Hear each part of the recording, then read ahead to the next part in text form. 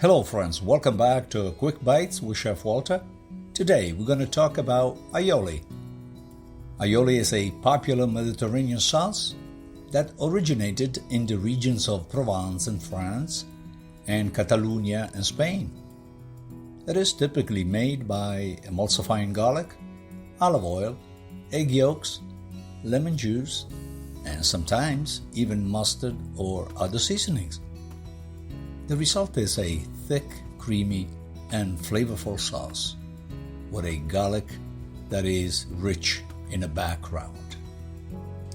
Traditionally, aioli is prepared using a mortar and pestle, where garlic is crushed with salt to form a paste.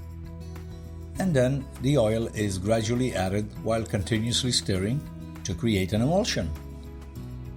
However, modern versions often use a blender or food processor to simplify the process.